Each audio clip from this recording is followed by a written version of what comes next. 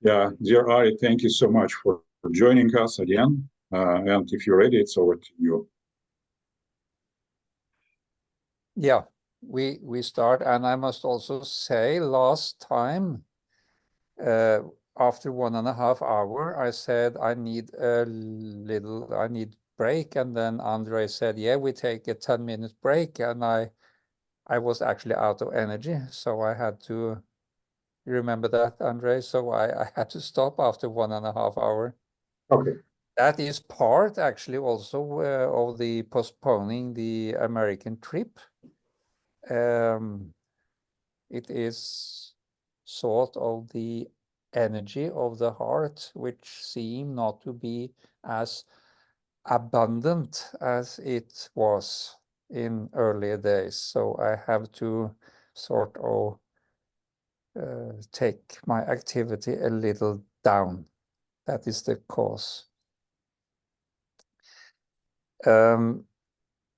Quite interesting is that this came very parallel to my working with the third door, the door of death, which always, or as long as I have observed it, has pushed me. I was a little actually anxious about it, a little. So, but now I have gone further and further into it. But maybe it is not that cause. I don't know that yet. So, last time we talked about the fourth door, or the 4 doors. And since that time, I've been working continuously with the 4 doors and with the synchronicity of the 9 guardians.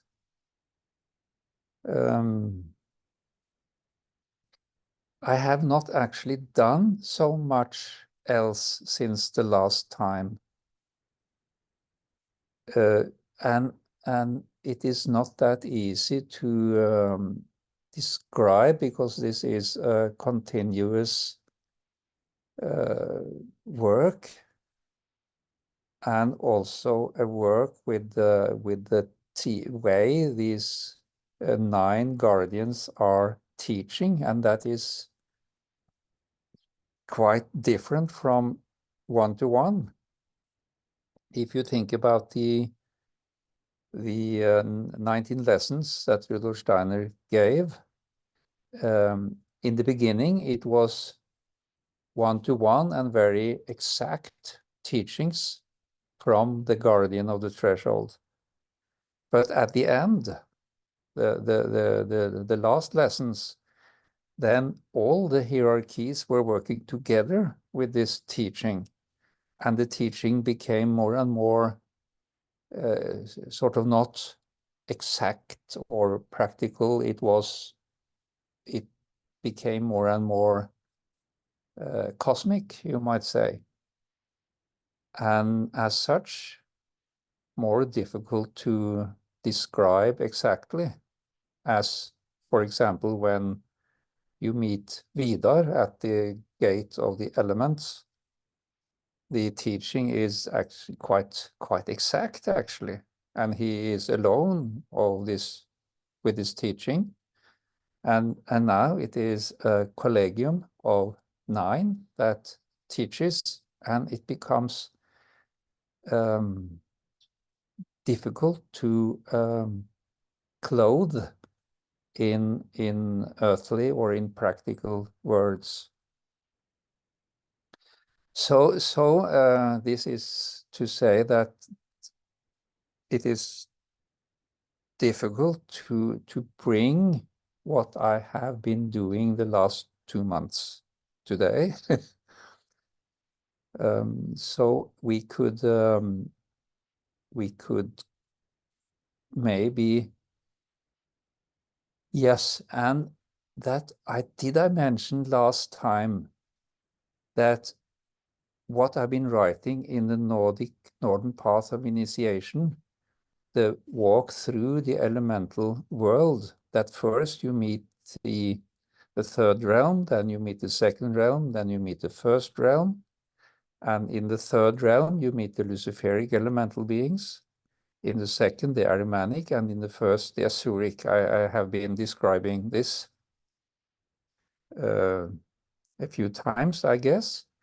But when you when you then come to the four doors and the teaching of these 9 teachers, one of the first teaching is that this description of the elemental world was the description of the path,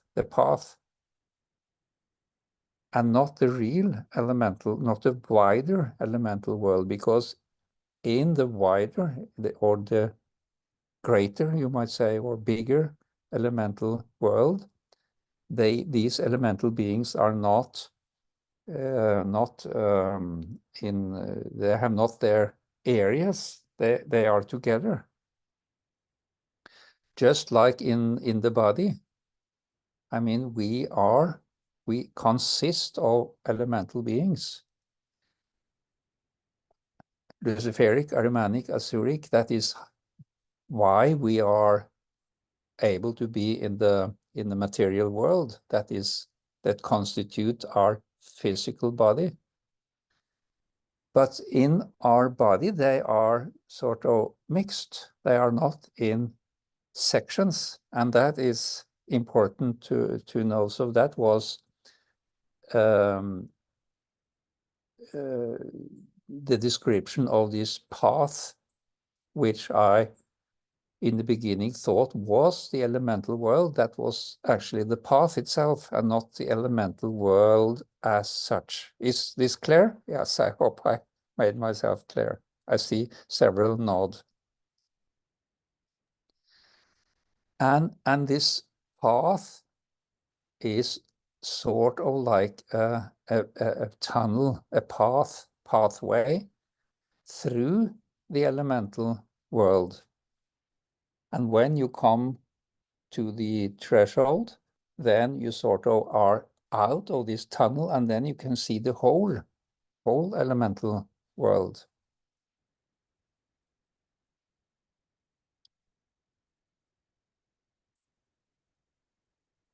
So I am not really sure this 11th workshop, what I would have actually asked what you want as a more accurate description of, or a more enlarged description of, because I'm not sure. I have nothing new except this more cosmic teaching of the 9 in front of the 4 doors. So could you somebody have a proposal for what you want more detailed description of? Like Jordan has a question. I have some questions. I'm just going to pin Are so I can see him. With my recent travels that I think will open up conversation a little bit. So last time we spoke, I went to travel to go find this 4th door. And I always go to Vidar, and anytime I'm traveling, I like to meet with him first, and then he basically tells me where to go. So when I traveled to him, I saw, just as you described, the 4 doors with the doorway of death to my left, and then the 4th door behind, kind of like on a scale, like it was behind it. And so I asked Vidar if I was able to go through this 4th doorway, and he said, no, you must walk through the doorway of death first.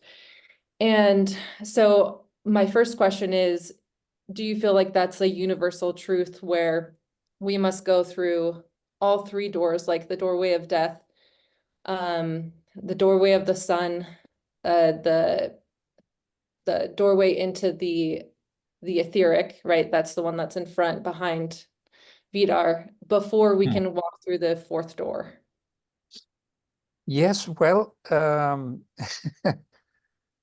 this is almost like hearing the words of Rudolf Steiner.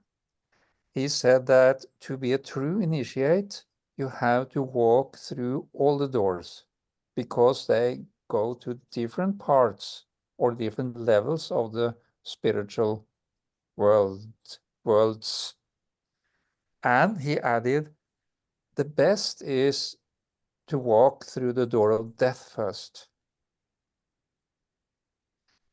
Now I walked actually through the door of the elements first personally. Mm-hmm. And now I'm working with the door of death. I haven't gone through any of the others. I have stood in front of them, looked at them, seen them, receiving, but I haven't gone through at all. So personally, first door of element, then door of death. Okay, Yeah. so then I was like, okay, and I felt that kind of like nervousness. I'm like, okay, great, here we go, you know. And so I walked through the doorway of death and was taken into a womb and then shown within the womb basically the karma that I have brought into this life through my bloodline, the karma that so the karma I've inherited, the karma that I have brought into this life, like my soul karma, and then also the karma that I've created in my life. And so then like once I was tired, I came back into my body and then what happened was basically like an initiation in the material after triggering that in the spiritual. And so my question is like, when we're moving in the spiritual world and we trigger something like this, like we walk through the doorway of death, does that always initiate some sort of process of transformation so that in the material world, we're like working through however these karmas are presenting, you know, because that's what happened to me for like 4 weeks. I was like so deep in working through this transformational process of like, just like so deep in the doorway of death, but it was like in my physical world, you know, it wasn't like, so I guess my question is like, is that how you experience it, where you like will open a new door in the spiritual and then it's like it will be presented in the material in a way where you're working in it in a way of transformation? I am actually very glad to hear you say that, and I would like to, because I was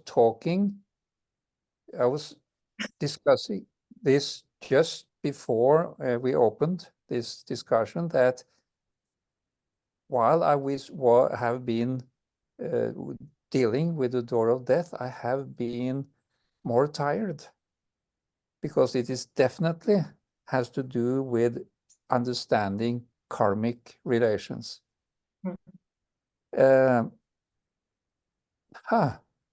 Wow. Have you been more tired that while you were Oh walking? gosh, yes, so tired and like just so deep in the work, you know, like in this transformation, like it felt so all encompassing. And so this is where my next part comes in, because I was like so this 4-week period, you know, I don't know if it was exactly a 4-week period, but it felt like such a long time that I was kind of trying to transform some of these things. And so I was doing my work kind of on a microcosmic level, like I was doing my meditations, but I wasn't traveling to Vidar during this time. I was doing it more of like an internal processing, right?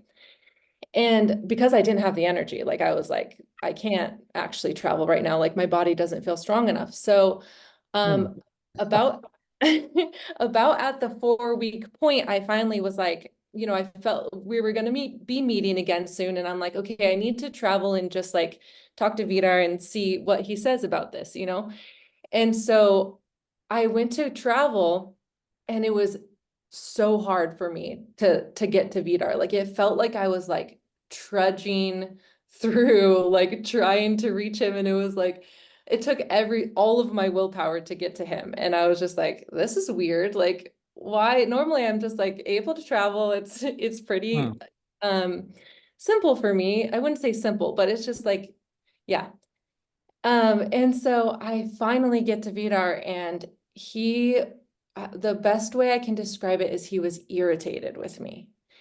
And I was like, I felt like the need to explain myself. I was like, hey, I've been in this transformational process. Like, I promise I'm not like slacking, I'm like doing my work, but I just haven't been traveling. And what he related it to was what I brought up actually in the Vancouver workshops about this piece of commitment.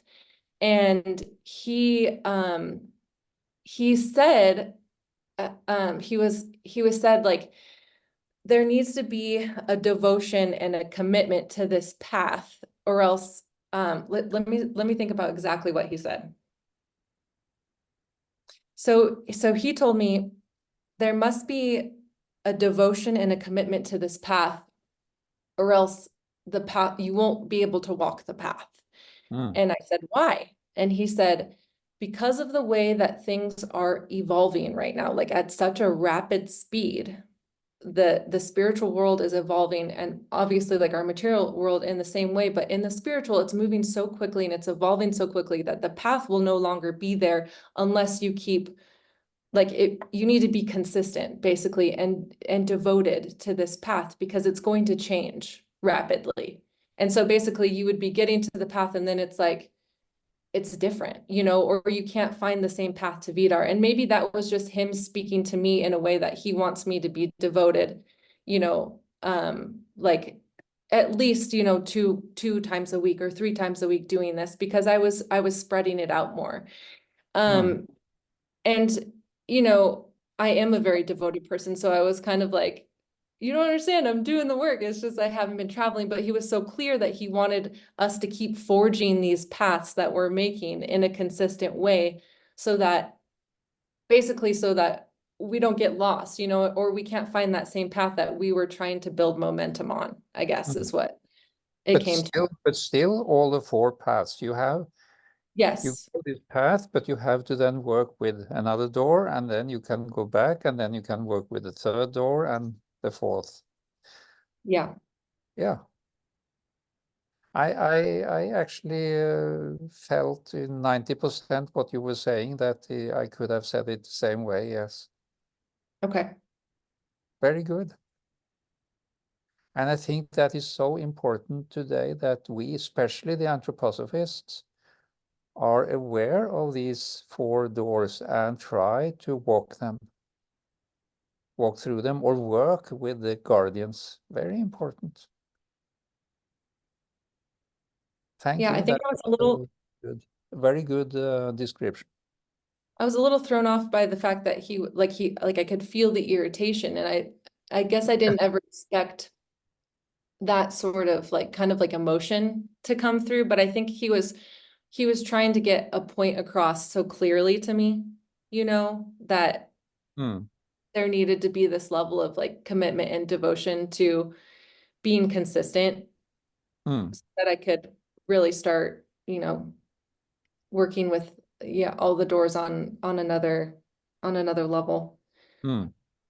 And then one last question. I'm sorry to ask so many questions, but I wondered if you had any suggestions about the 12 chakras and how it relates to the 12 layers of the earth. I don't think we shall go into that now. I was just wondering about like if Rudolf Steiner has written about it, or if there's any other books. Do you know? Well, Rudolf Steiner did not discuss, to my knowledge, the 12 layers of the earth. He discussed the 9 layers. What about the 12 body chakra system? Did he speak to that at all? But I want to say a little more, because, and that is a difference, one difference between if you go through the door of the sun, which it's quite obvious that Rudolf Steiner did, then it's opened the path to the 9 evil layers, which, according to Judith von Halle, already has started to fill up the 10th layer.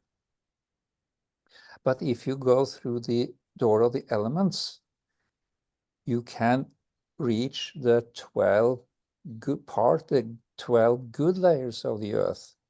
And this travel through the 12 good layers, there you have the possibility to meet Anna. Anna herself the third.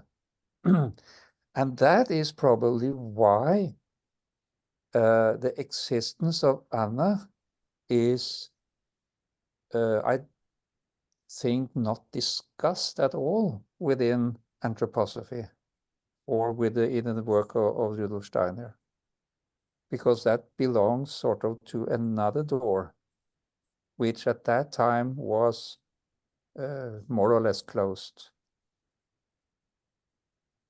So when you talk about the 12 layers, that is, and what Rudolf Steiner meant with that, I don't think he discussed that at all. Because at his time, it was only the 9 still, right? Yes, the Okay. 9 evil layers. Yeah. Okay, good. Yeah. Thank you. Thank you very much. But there were no questions if you want me to describe any part of this path or this in deeper detail. That's open to all. Is there any part of this path we should describe or discuss deeper? Except, of course, how you, all of you, can walk the path.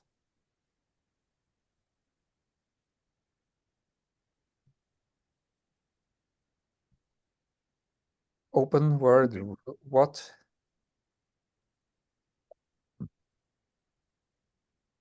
I had a workshop in London last weekend, and I have been seeing that again and again now the last year. For each workshop on this path, it goes better and better and easier and easier. The students, or I call it students, they come faster and deeper and longer, further. It's been faster and deeper and further on this path. And we have talked about that earlier, I think, and because my first thought was, how come that every workshop gets better and better?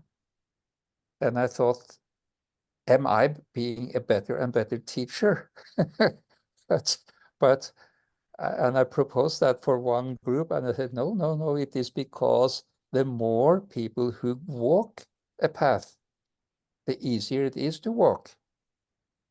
And that was the same Rudolf Steiner said in the spring of 24. It is written in the book, the Rudolf Steiner's Leidensweg, that is Path of Suffering.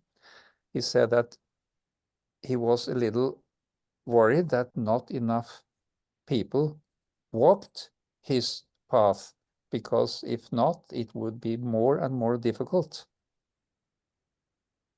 It is just like in the forest. The more who walk a path, the easier it is to walk that path, because it gets wider, and the fewer that walk the path, the more difficult it is. Yes. Okay, can we get Nick? Nick, go ahead. Hello. Yes. Thank you there, Andre. Good day there, Ara. How are you? Thank you. How are you? I learned to answer like in an American way now. Thank you. How are you? I'm very well. Very well. Thank you. Very well. Excellent.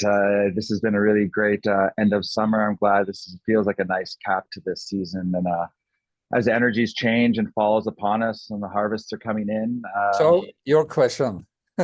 Well, then, it's a doozy, though. So I just want to have a little preface of this, is that I was raised Roman Catholic until I was 19. My mom made sure I went to church every week. I didn't like it very much because for my own reasons at the time, I just didn't really like being told what to do on weekends. That's what it really came down to. Weekends were a fun time where I wanted to keep having fun. but when I turned 19, I started thinking for myself. I started examining aspects of the church, and I realized there's a very large amount of hypocrisy that I just couldn't deal with. I couldn't justify the amount of things that I saw happening. It's like in the "What would Jesus do" movement. You know, people wear these bracelets that say "What would Jesus do?" And these were people were doing things I know Jesus would not do. So I left the church for a long time. And I just wanted to, I actually wanted to say this last time, but I didn't. But after I encountered our workshop in Toronto last fall, and you really convinced me that Jesus was 100% real, and everything that he did was so wonderful for this earth and this planet. I was convinced. You can't let you know, you can't go back, you know. So I really started to reintegrate some of my prior Catholic beliefs, as well as combining them with my anthroposophic beliefs as well, which is more of like I didn't really like how Catholicism wasn't about the self as much, whereas the anthroposophy could help me build myself up, and I felt like it could be enhanced with my knowledge of Catholicism. But the question was, what shall we describe or discuss in more detail? Yes, indeed. Yeah. So because I've now taken the knowledge that you've given me, and with my increased amount of faith that the church is kind of reinvigorated with me, and Jesus's own love in all of us. I've just noticed that when I fade and practice my traveling while praying specific prayers, like just a classic Our Father or Hail Mary at the same time, it feels very strong. It feels like my prayers mean more than they did before. And when I put my intentions towards positive and loving things to go out in the world, it feels, and as well as acting on them, doing work. And this is kind of a new experience for me that I'm trying to work through. And I saw you put up, you're building a chapel. And this has given me like the courage to ask how religion fits into this in a more way that we can all access it. That's my duty. It's a doozy of a question. I'm sorry, it might be not too much. Yeah, what is the exact question? How do we combine these beautiful Rudolf Steiner's wonderful ideas of anthroposophy with some of the more standard Catholic old-time traditions that have lasted for thousands of years in a workable way that everyone can access, not just Catholics or just religious people or just the anthroposophists? How can we come something together that is workable? This is my thoughts, and I wonder if you have thoughts on this. This hits me all the time now. Well, I think others could answer that much better than me, because when you go there and you meet these spiritual beings, you know, especially Vidar, who is his obligation or his work is to bring Christ to the world, together with Michael and Christ, of course. You will experience that connection. You will experience that, how they can work together. That is up to you actually to find out. I don't think anybody can tell you that. And because that is a personal path you have to walk. We all have to walk. So that is all I can actually say to that. Or if somebody else not have a more wise answer.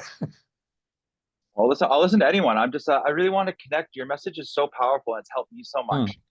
And I want to spread it to other people, but a lot of people I do know are of Roman Catholic belief around here. So it's a very difficult bridge. It's hard to discuss. And I'm having my own issues trying to spread these good intentions to the world.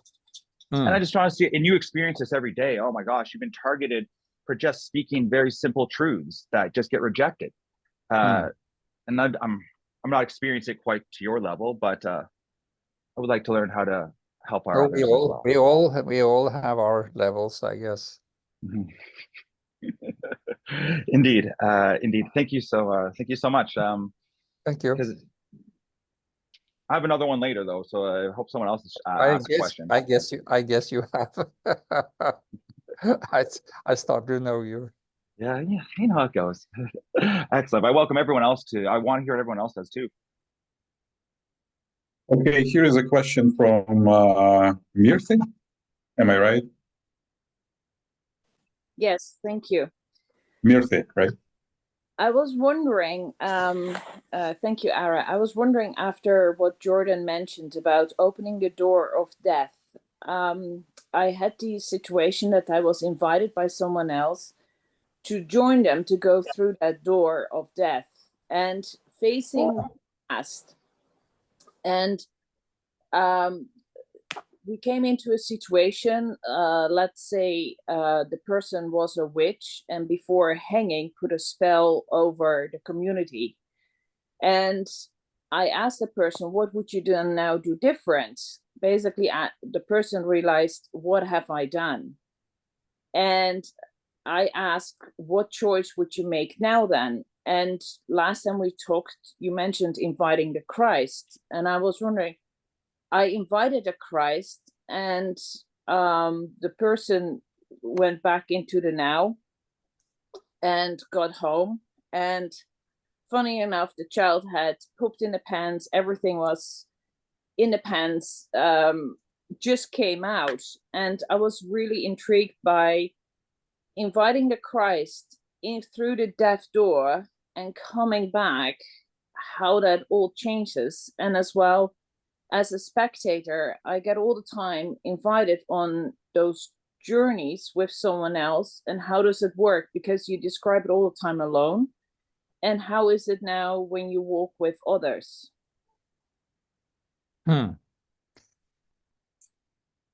Well, as I said initially, my work with the door of death is only in its start, or maybe 10%, 15% of its starting. And I must say, when I read that Rudolf Steiner said that we should start with the door of death, well, at that time, the door of the light was not existent, and the door of the elements was not open to the public, if I may say it that way. So maybe that, of course, it's changed. At that time, it was 2 doors. Now there are 4. But still, because the door of death always scared me a little, and I must say that it's a hard lesson to go through it, much harder than the door of the elements. So he wanted us to start with something fairly difficult, but I have by far not enough knowledge of that door yet. I think today the path through the door of element could be the first, and then afterwards the door of death, or the door of the sun, and then in the end the door of light. That is my personal opinion. But I cannot answer your question how to do it with somebody. But I am a little amazed that this door of death, I have been urged now to go through it, and then 2 here have now talked about the door of death. The door of death has not been an issue in the 10 first workshop we had, almost nothing. And now suddenly it has become an issue. And that amazes me a little, I must say. It makes me think. And it is interesting. Do anybody have an issue about that, or a thought about that? Why now? Is it because of the world situation, or is it Why? Is it something important now? We have been doing this for more than a year, and we have not talked about that door at all. Please help me out here. It's not necessarily an issue. It is, maybe it's the translation of it. It's more the many aspects to face when you go through certain doors. The same with the elementals. When you go through that door, what you meet then, and the translocation. For me, it was interesting in what Jordan says, the devotion, because before that, I had a case where a person was facing death and how tempting it was to do translocation. And I was just crying and what not to do. And then working with horses, teaching someone, and you could literally see it jumping from one horse to the next. Literally, the owner was standing there and he saw it jumping. So it wasn't just me and the student. It was interesting and to see how important it is to stay true to yourself, to work with the Christ. What I find more interesting is that now we have the conscious of the Christ, and then going through the door of death into invite the Christ, and how that then affects us now in the new choices. You see, as if someone is basically reborn again to make new choices on this path now. And that is what happened with a couple situations lately here, where people faced death, invited the Christ, went to the death door, invited the Christ, and came back as a new person, making total new choices for the remaining. I'm so pleased with this discussion group now. You know, the first times I was sort of feeling that I just described, and now I get so much back. We are so interesting now, this group, for me also. Thank you. So thank you for your thoughts on that. Thank you. Are there others? Yes, Nancy, please. Hello, Ari, there, you there? Hi. Yeah. Hi. Yeah. Hi. Yes, it's come up, I think I remember bringing it up a couple times, the door of death, and it just wasn't the right time to talk about it. So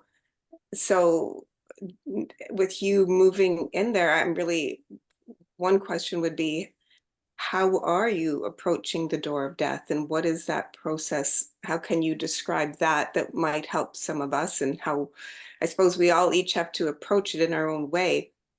I guess from my own experience over the years of working with people dying, and my own deep experience with having had cancer and deeply going into that process of contemplating death, I feel I've approached that door, but I don't know what it, I suppose I would really know if I'd gone through it. I don't think I have, but I have this surround of being around dying and death for many years now.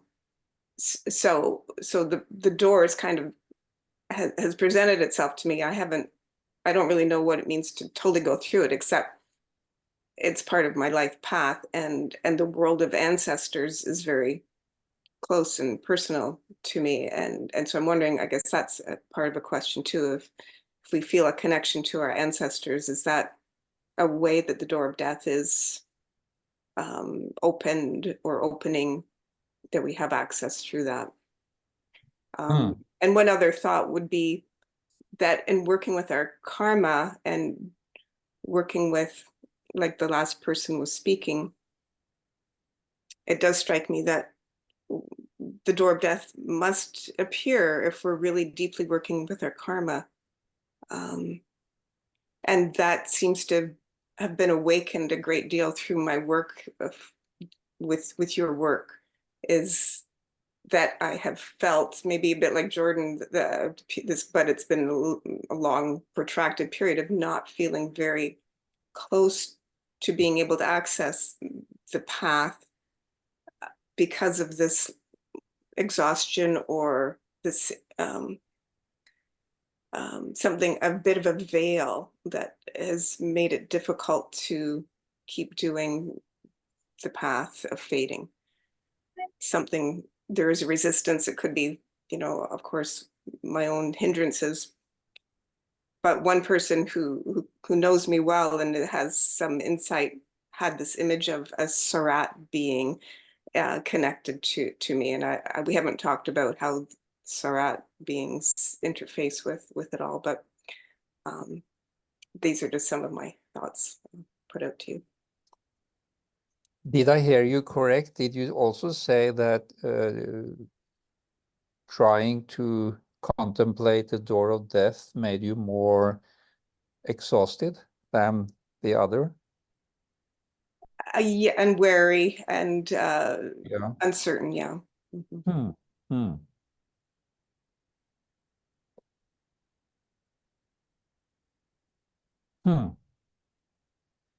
But it's also it's with the fading and the elemental path that there is this a bit of a veil over me feeling like I can keep walking that path. So I've maybe done some detours. Maybe that's what's happening as well.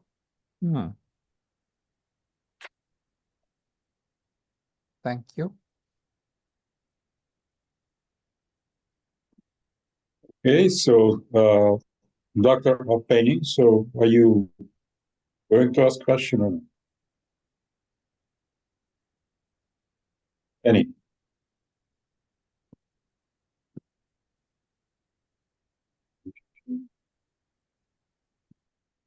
Am I there now? Yes, go ahead. Hello, Are, again. To Nancy, I wanted to say that last time I raised the fact that I believed I did go through the door of death, and that was back in 1994. And I think it's relevant that that happened to me when I was totally concentrating on researching something that seemed to have to do with my past life. And I couldn't justify that, but there was something that absolutely grabbed me, took over my attention, and I focused totally on that particular point in the past. So you said, Nancy, that that seemed to be applying to your experience, and we may have something in common there. Now, Are, I wanted to say that I can't see you, but I assume you can hear me. Can you see me? I hear you and I see you. Oh, now I can see you. Thank you. Yeah. Look, in the last workshop, I did raise this fact of going through the door of death, and I said I'm coming from a different direction to many other people, but I think we're meeting at this point, because I've spent ever since 1994 trying to understand how that experience dictated what I had to do next, because it brought up a whole lot of karma. Now, I expect that for every individual, that particular karma will be different. It'll be different degrees, depths, severity, whatever. It'll be a person's own karma. But Steiner came to me after that experience, and I've spent the time since then, full time, trying to get a handle properly on Steiner's teachings. So I'm coming from a point now, and I did raise this last time, and I think it probably applies to many people, that I can no longer relate to the iconography of the Christian religion. And I'm saying the Christian religion, Christianity in that sense specifically. It's not that I don't know about it. I've recovered past life experiences of that. But my own situation in life now is that for whatever reason, I need to focus on Christ after Christianity. That is to say, Christ specifically after the Christian religion. Now, this is in accordance with Steiner, because Steiner said that traditional Christianity has fulfilled its purpose, basically. Now, the existential experience I'm having now is that I have one foot in with Anthroposophy and everything that leads back through the last 2,000 years, and I have the other foot in somewhere it needs to go into the future. I'm desperately trying to realize that on the physical plane, because my teaching from my experiences has been that you have to realize it on the physical plane. And that relates directly back to what your first conversation this time was about, that whatever it is you bring back, it's your karma, and it's now to be worked out on the physical plane. So my particular problem is that I'm looking to try to bring in something that actually can bring in a new, I want to say iconography, but that means you're looking at images. And my experience has been that that has never happened to me. I went through on the inner sound, so inspiration rather than imagination. And I literally cannot understand at this point whether there are relevant imaginations for the Christ after Christianity, because it seems to me, if Christ is universal and Christ is, then this is the whole globe, then there must be huge numbers of the human population who are ready in their hearts in their own way, who do not have the specific cultural background of traditional Christian religion. And my emphasis, and I think I've got a whole heart yearning to be able to contribute something to what I'm calling Christ after Christianity. And I went through the door of death, and I can say that I felt I was taken up, and my ordinary mind would have resisted that, but I did feel I was taken up, and my encounter with Christ was direct and intuitive. But then when I came back down, it was too much for me. So I'm admitting a sort of, I had one attempt and I didn't quite do it very successfully, and I was left with the consequences. So I was saying that it's so individual for every person which gateway they come to first. That surely has to do with their own karma. And in my case, it was the door of death. Nancy seems to have a lot in common with me. I've noticed that from many workshops before this one. But then there are others for whom the Michael pathway is the right one, and there are others for whom Vidar is the right first point of contact.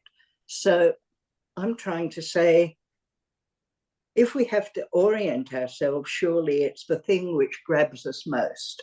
And then if we want to know what devotion is, devote yourselves to that and follow it as strongly as you can. And that surely will unlock your own individual pathway. And we've got the intellectual knowledge now of 4 doors and pathways to each of them. But surely that can be an overall guideline. So that's the question I want to raise. I want to work towards Christ after Christianity. Anthroposophy gives me an anchor to the past and everything that came with it. And I would add that I've recovered a past life just before the time of Christ, which was absolutely full on in that patriarchal way of doing things, the 4th cultural age.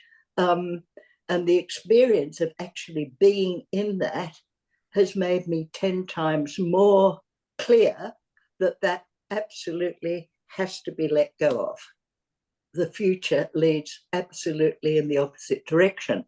Now, the only other positive thing I think I might be able to offer is that from my experience, the door of death has to do with women, and there's 3 guardians there, and they're women. And what I'm supposed to be doing, whatever it is, has to do with this feminine side. And I'm unclear whether I'm supposed to be working on a feminine side of what you're doing, or whether what I'm supposed to be working on is something separate again. So that's a whole lot of impossible questions, and over to you. Yeah, I'm just listening. I agree so much in what you say.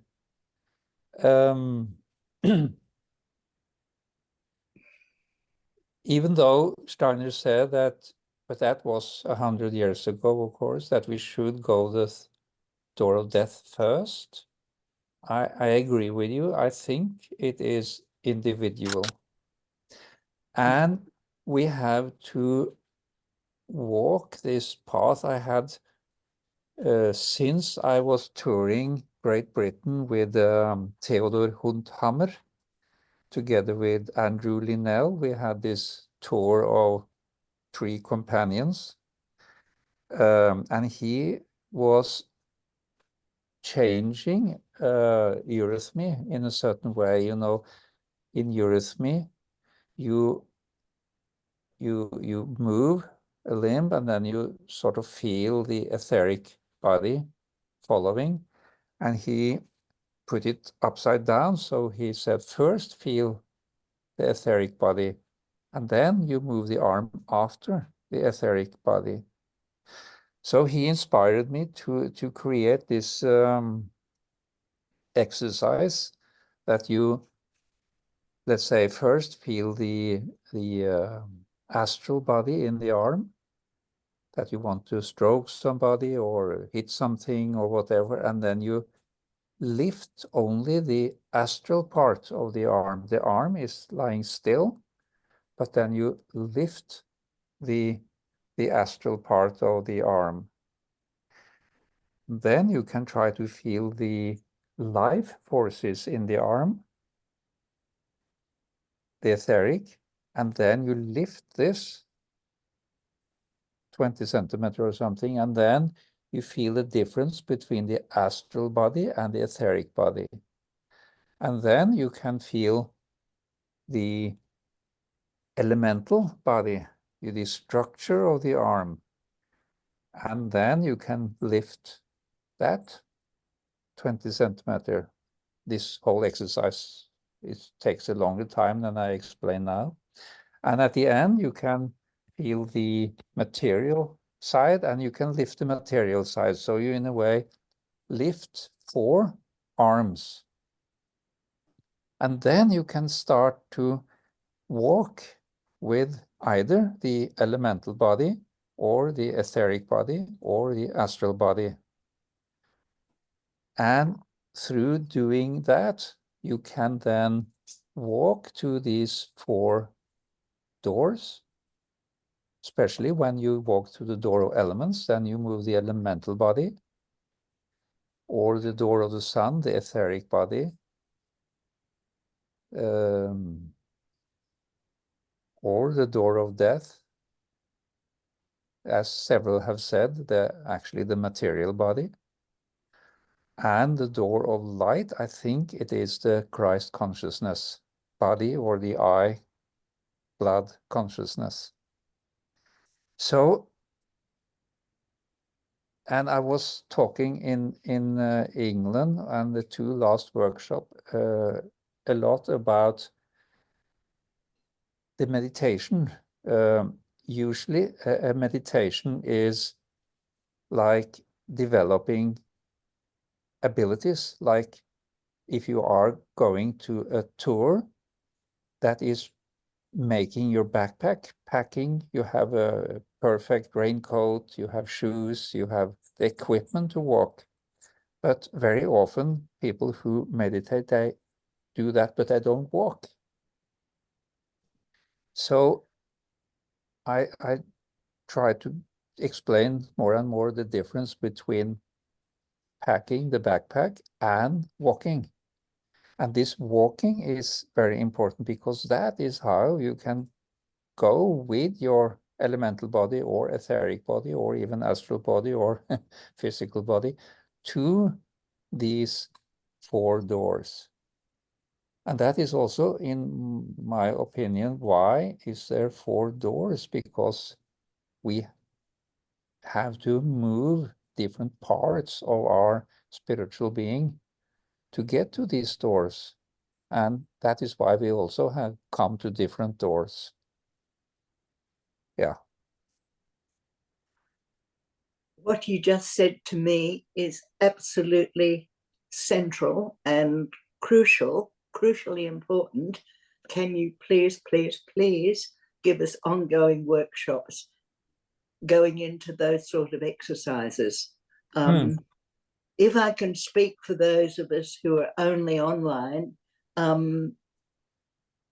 if I don't access connection with you through this workshop, at this stage anyway, I have none. And I think that's the essence of a lot of us who only can participate online. So any possible way that you can replicate online what you're doing face-to-face when you're with physical groups would be, for me anyway, absolutely central. I do want to thank you at this point, because I know I'm always raising problems rather than gratitude.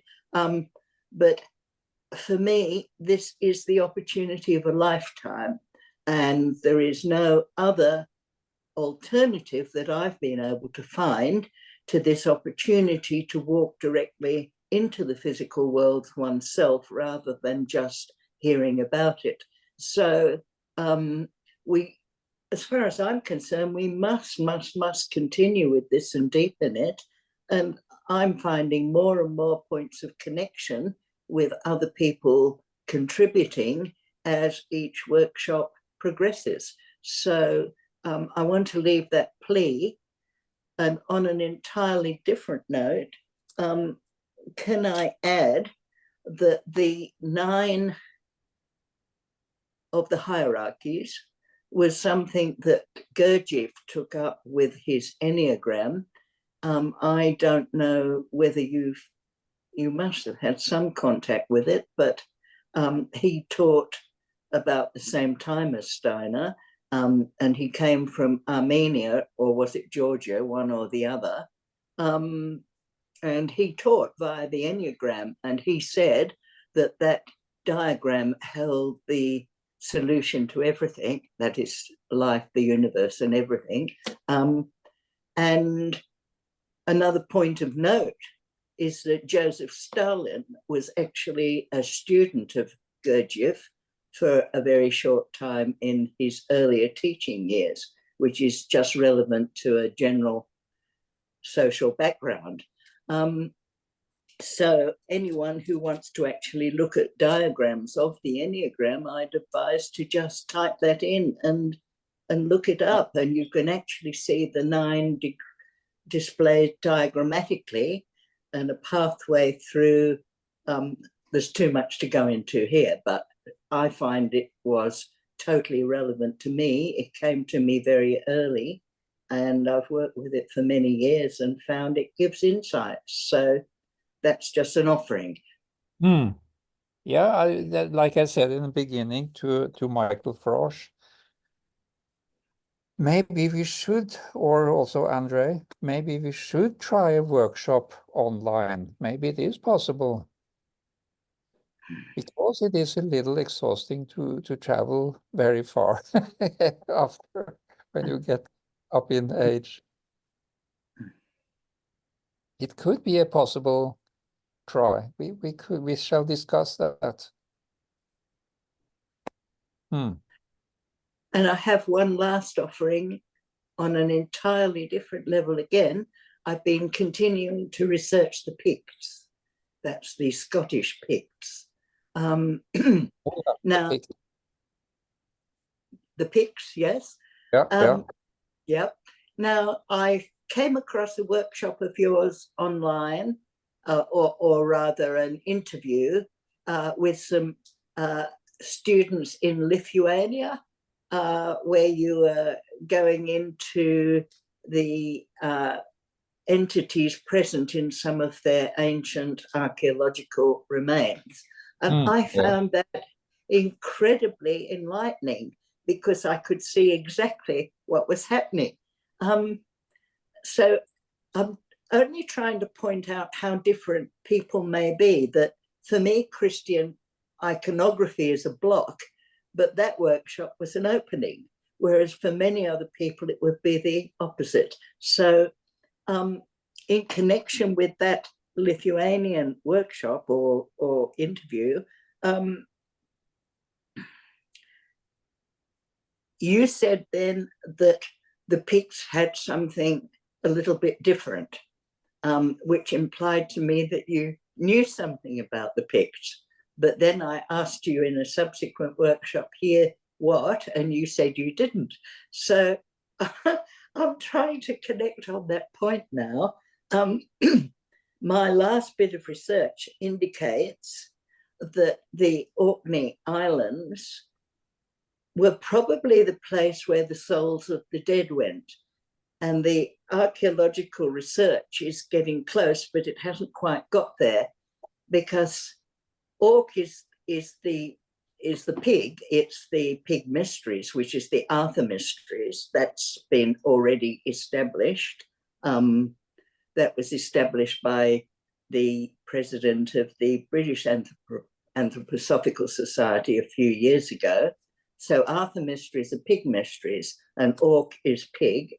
That is to say, the sow and the boar. Now, the Caledonian boar is the symbol of the Scottish mysteries.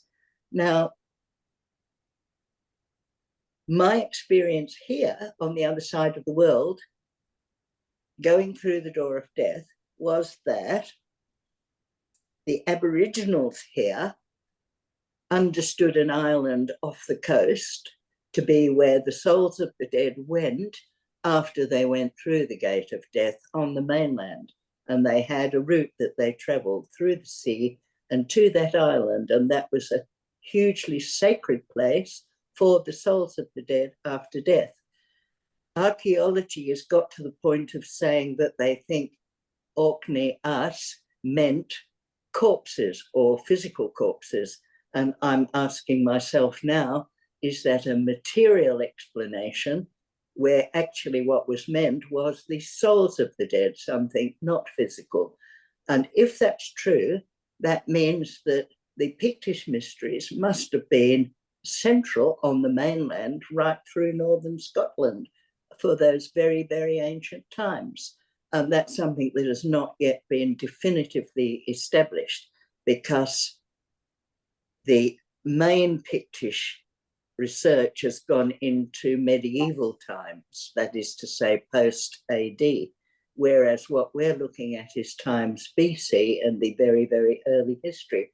So I just wanted to put that forward as a new insight, that these Arthur mysteries, which is what they are, the Arthur mysteries were there in the north of England at the very least, maybe more, and that the Orkneys served as the place where the souls of the dead went after death. So that's all I had to say, and thank you for the time, and do please come back and give us loads of workshops. And thank you. Thank you. Okay, Elizabeth, please. No, you are muted. Yeah, I got you. Thank you. So my comments are really in relationship to the conversation about 10 minutes ago.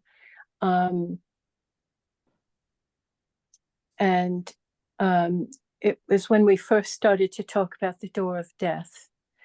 And, you know, I don't use these terms easily as though I really know what they are or know them well. but there was something that came to my mind about, well, it's in the Foundations of Human Experience, when Steiner talks about thinking as being old and the willing as being young. And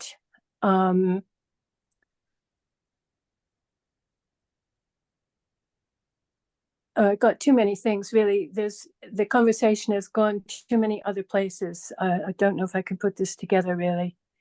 Yeah,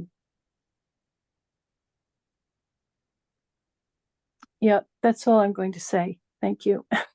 Okay.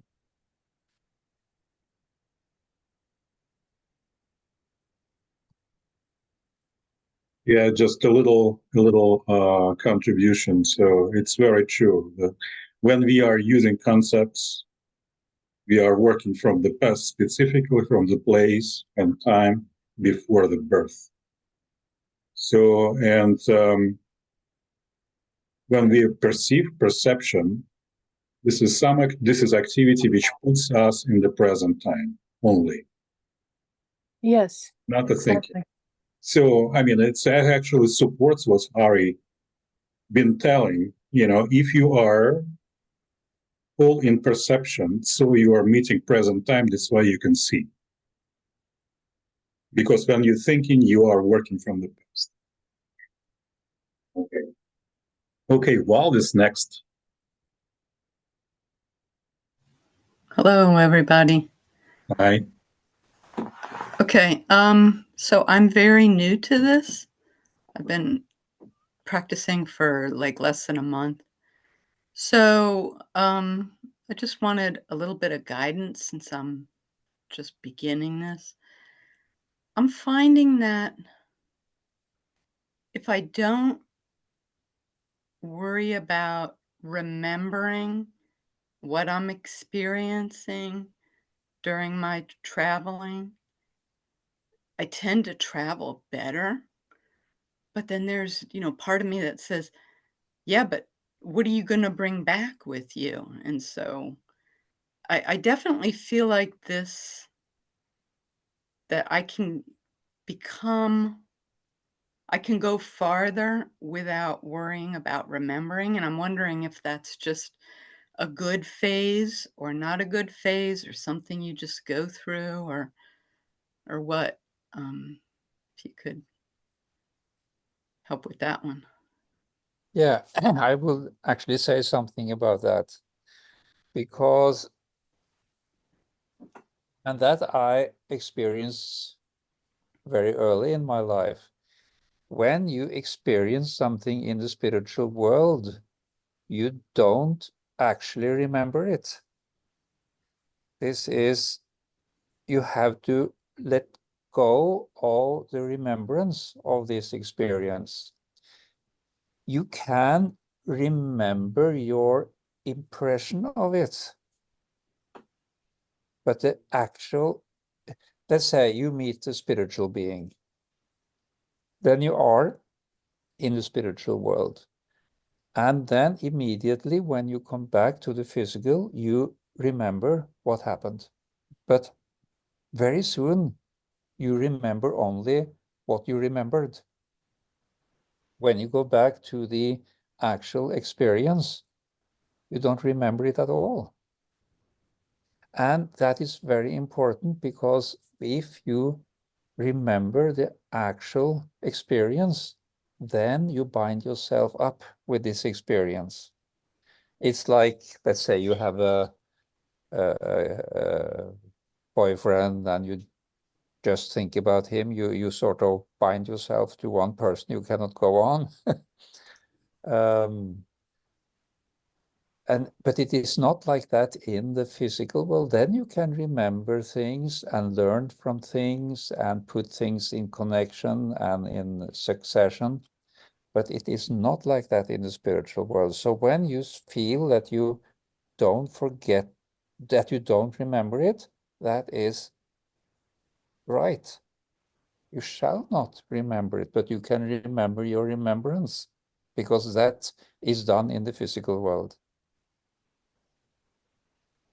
Yeah, it's like the part that I can remember is, it's almost like I can feel like a structure of my being, like getting a little wider. And I remember that. But yeah, I just find that actually your Don't worry about remembering. That is the sort of bottom line. the sort of what? The bottom line is don't worry about remembering. You have to write it down immediately. Then you can remember it sort of, but don't worry about it. Okay, great. Thank you very much. Okay, Jordan again. I just wanted to, when you brought up the question of kind of why we're all being presented with this doorway of death, what came to me was that it does feel like the feminine principle. And I think that's why, you know, and it's probably going to be different for everybody, but why I was like taken inside of a womb. And just like those feminine mysteries kind of coming back at this time. And then my next question was, after reading Meeting Michael and your description of how you entered the, is it called devaconic or devachonic? Devaconic realm? Devachanic. Okay. So how you entered through Anna's womb. I traveled and went through Anna in the same way through the womb. And but when I was there, it felt very confusing to me. Like I couldn't almost I couldn't get a grasp on where I was in space. And I'm curious if you felt that when you were there. It just kind of felt like I was launched.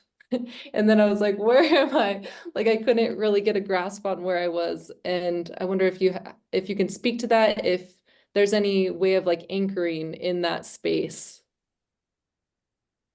Well, what I did was to find a guardian, you might say, in the devaconic world. In Norway, I say devaconic. Yeah. I found somebody to relate to. I actually asked, can you help me? Can you teach me? Oh, okay. Yeah, because I felt, as you said, it was like coming to a totally place where I had no map or anything. Also, so I actually asked somebody. It's like you come to London and you have no idea what to go, and then you grab hold of one and say, please tell me where to go, help me. Okay. So that is a thing I often have done. Ask, grab hold of somebody and ask. And in the devaconic world, things are so different because, for example, when you come to the etheric world, and then you after a while realize that time is a double stream, which is difficult enough for most. In the devaconic, the time is a quadruple movement. And I struggled so long to understand how can time be 4 streams. And then I read something of Rudolf Steiner, who said that time is actually a result of speed, of movement. And that is why there are 4 movements in the devaconic. And then I realized that is why there are 4 guardians also in the door of light, which leads, that is another path to the devaconic world. I have also been pondering very much, why are there different numbers of guardians, 1, 2, 3, 4, and I think that has to do with different directions of movement, and also streams of time, which leads you into different levels, like the elemental, like the etheric, like the astral, and then the devonic level of existence.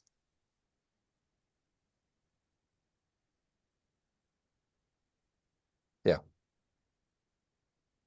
Was that a question? Yeah. Was that an No, that answer? was good. Yeah, no, it was good. I never thought about, yeah, being in that space and then being like, help me. So my last question is, have you ever began your fading practice and been taken very quickly to somewhere that you didn't expect to be taken? Yes. Okay. So I faded, and then I was quickly taken to the sun to show the sun as a being, like as a Christ being. And I wondered, have you ever been taken to the sun? Do you think that's different than like the doorway, right? Like, No, that is, yeah, after the not necessarily after going through the doorway elements, but just by traveling in the elemental world, or in the before the doorway, actually, then you can travel to the sun, you can travel to the Mars, you can travel to other planets. okay. And you can travel in time. That is one of the first abilities you experience when you go into the elemental world or travel, you move your elemental body. Then you find out that you can actually travel in time and space. Okay, so maybe that's what I was experiencing, was traveling through space. Okay. Thank you. Okay, dear Ari, so we have 7 minutes until mark of 1:30 of our meeting. So shall we maybe look at the calendar of the next meeting? Yeah, if you when I came to this workshop, I thought, now we have discussed this elemental path, elemental door enough. But this has now brought my interest, really, when we have been discussing the door of death. So I'm very happy with this. So we do another one. I thought about supposing that we took a break, but I actually enjoyed this session very much. Thank you, all of you. So we will continue for 30 minutes more, right? What? Are we continuing this meeting for 30 minutes more? Well, I start to get, I think 1.5 hours for me is enough. Oh, okay. So we finish. We have some minutes still, but we will find the date. Okay. We will find the date, and we will take one more question. I will get my agenda. Okay.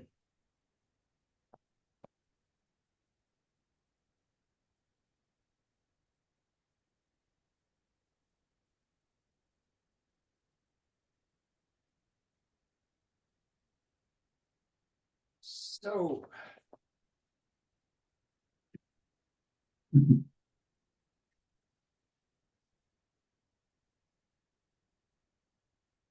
And we have about 2 months, yes? 2 months, yes.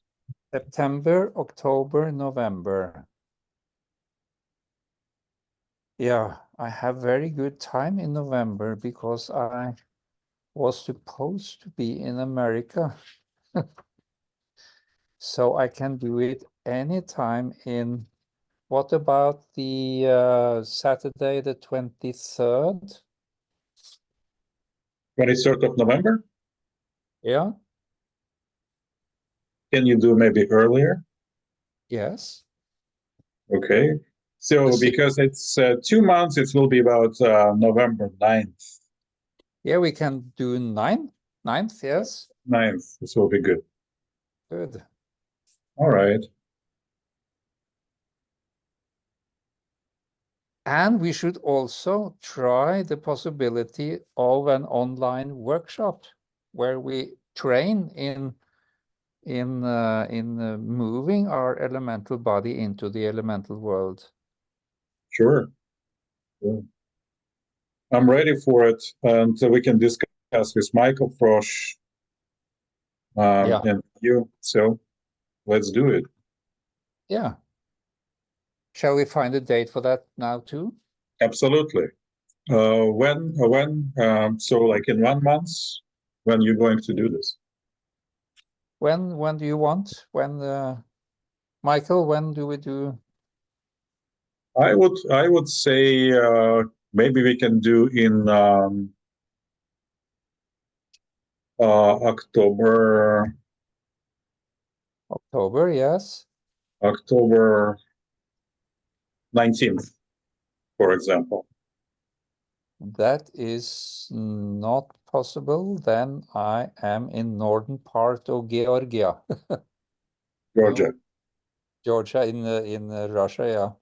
Oh my goodness. In Tbilisi. Yeah, I start in Tbilisi and then we travel up northwest to the border of Russia. Interesting. Yeah, Okay. So what do you prefer? 12th, maybe? let me see. Oh, I'm sorry. 12th is busy at my end. 26th. Wow. Looks like it's all busy from my end. Yeah, let's do maybe this second of November, maybe. November 2nd. Yes. The week before the this one, yeah. Right. So it's workshop is November 2nd and workshop number 12. No, that is workshop number 1. So on the 2nd will be workshop number 1, like a big workshop in our meeting. Practical workshop. This here is a sort of more theoretical workshop. Yeah. So November 2nd and our meeting, it will be November 9th, right? Yeah. Okay, let's do it. Ari, can you, for the practical workshop, do you mind starting out just redoing what we've already done in terms of the fading in process so we can kind of land? Okay, thanks so much. Yeah. Thanks so much. We start from the scratch again. Yes, we really go through all the steps. All right. Okay. Question I have on Andre and Ara, how long is that workshop? How long do you want that workshop to be? An hour and a half again? Yeah, for example, that is good energy for me. 2 hours is too much. So 1.5 hours, I think. Good. That's very exciting. Excellent. Good. Very good. Are you sure it's not too much to do 2, one right after the other? It's a week between, no problem. Yeah, Ari is managing his energy. I recover in a week. Sleep more. Yes. Okay, Dr. Penny, so you've been talking a lot today. So what else? I mean, something short. Oh, you are muted, by the way. You are muted. Penny, you are muted. I have a version of Zoom that doesn't seem to give me the options I need to participate. I have to investigate that. I'm sorry. Look, I'll pass. I've said what I have to say, except that this is a crucial, irreplaceable contribution to the future of Christ in this world. And can we please, absolutely, whatever else we do or don't do, can we please continue this online workshop that we're going to start on the 2nd of November, because my senses tell me this is going to produce some amazing results. Thank you. That Okay, is dear friends. number 1 practical workshop. This will be number 12 theoretical workshop. Okay, dear friends, let's conclude our meeting, and please feel free to unmute your machines and say thank you to Ari, and Thank you, we'll see you, Ari. all of you, Thank you, for everyone. our Thank you. workshop. Goodbye. Thank you. Thank Thank you you. all. Thank you so much, Ari. Sorry. Thank you so much. Thank you. Okay. Good Thank night. you. Bye. Bye.